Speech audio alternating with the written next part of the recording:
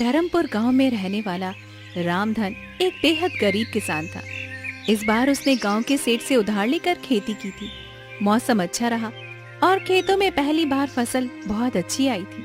पूरे परिवार में एक उम्मीद जाग उठी थी। देखो सुनीता, इस बार कितनी अच्छी फसल हुई है।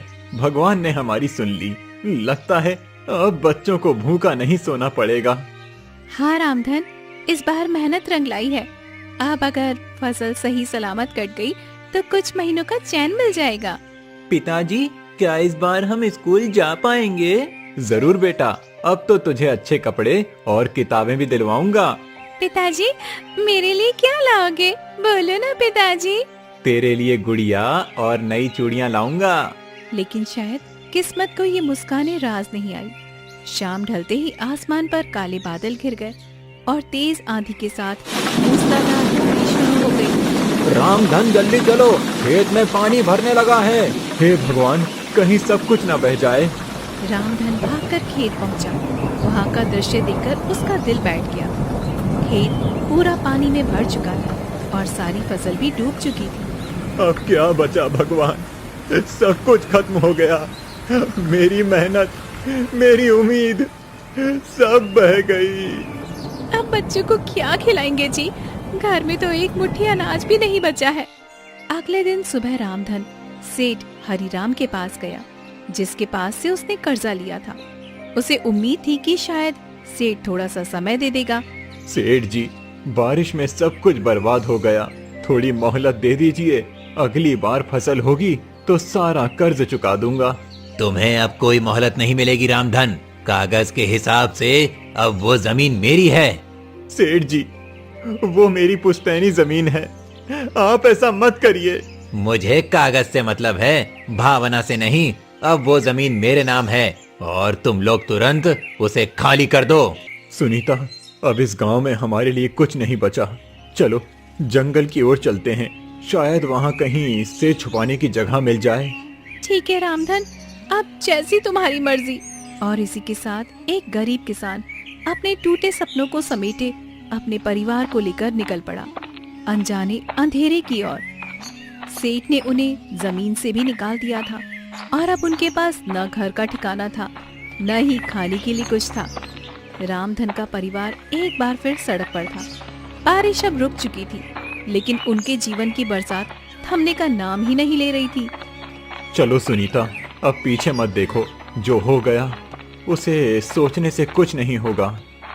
अब घर नहीं बचा सुनीता, बस जिम्मेदारी बची है इन बच्चों की। इन्हें भूखा नहीं सोने दूंगा, चाहे मुझे कुछ भी करना पड़े। पिताजी, अब हम कहाँ जाएंगे? बेटा, अभी हम एक जगह चल रहे हैं। वहाँ शायद कोई बूढ़े बाबा रहते हैं, जंगल के किनारे पर।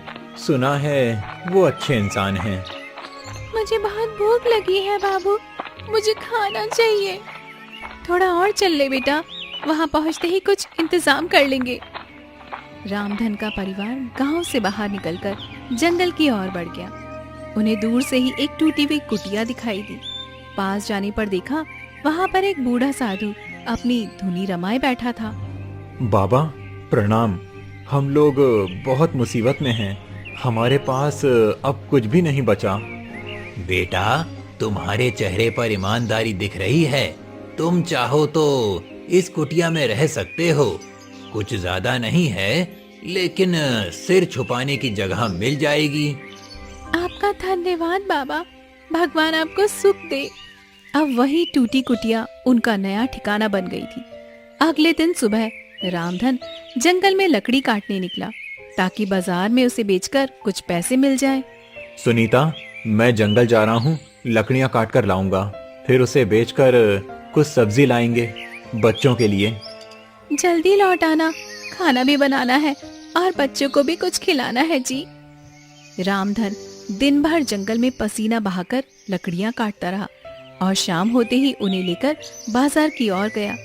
वहाँ उसे बहुत कम पैसे मिले, पर उसने कुछ आलू, प्याज और थोड़ा सा आटा खरीद लिया।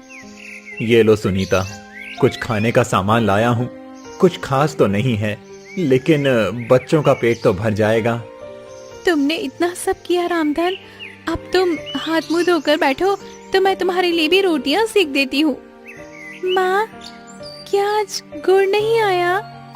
आज नहीं बिटिया, लेकिन हम कल जरूर से गुड़ लेकर आ जाएंगे। रात को सभी ने सूखी रोटियों के साथ उबली सब्जी खाई और पहली बार किसी को भी कोई शिकायत नहीं थी। सबकी आंखों में थकान थी, लेकिन उस थकान में भी एक उम्मीद छिपी थी। अब हर दिन ऐसा ही होगा। मैं मेहनत करूंगा और हम सब मिलकर आगे बढ़ेंगे। हमारे पास कुछ भी नहीं है, लेकिन हम एक साथ हैं, यही सबसे बड़ी बात है। रामधन अब रोज जंगल जाकर लकड़ियां काटता और शाम तक उसे बाजार में बेचकर जो भी मिलता उससे राशन लाता।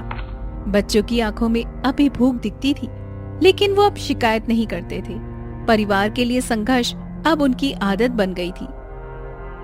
सुनिए जी, जल्दी लौट आइएगा, कल बहुत देर हो गई थी और बिटिया आपके बिना ही सो गई थी।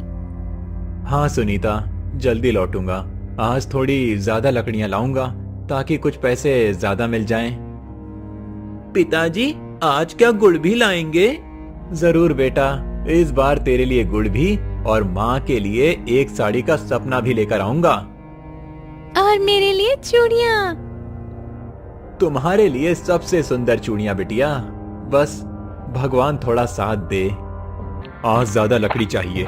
ज्यादा लकड़ी मतलब ज्यादा पैसा मतलब सबके चेहरे पर खुशी। पेड़ों की गहराइयों में वो इतना आगे निकल गया कि उसे पता ही नहीं चला कि वो कहाँ पहुँच गया है। दूर तक सिर्फ जंगल ही जंगल था।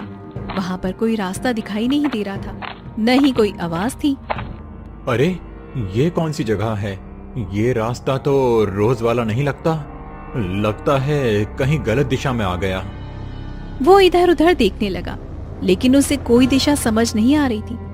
आसमान में बादल घिरने लगे थे और हल्की सी बारिश भी शुरू हो गई थी।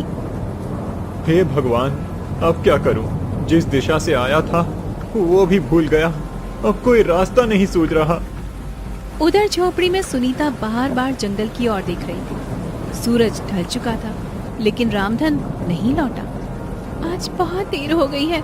अब तक तो वो रोज लौट आते हैं, आज इतनी देर क्यों हो गई है? माँ, पिताजी को कुछ हो तो नहीं गया? ऐसा मत बोल बेटा, वो ठीक होंगे, बस शायद ज्यादा दूर तक निकल गए होंगे। मुझे डर लग रहा है माँ। उधर रामधन थक कर एक पत्थर पर बैठ गया।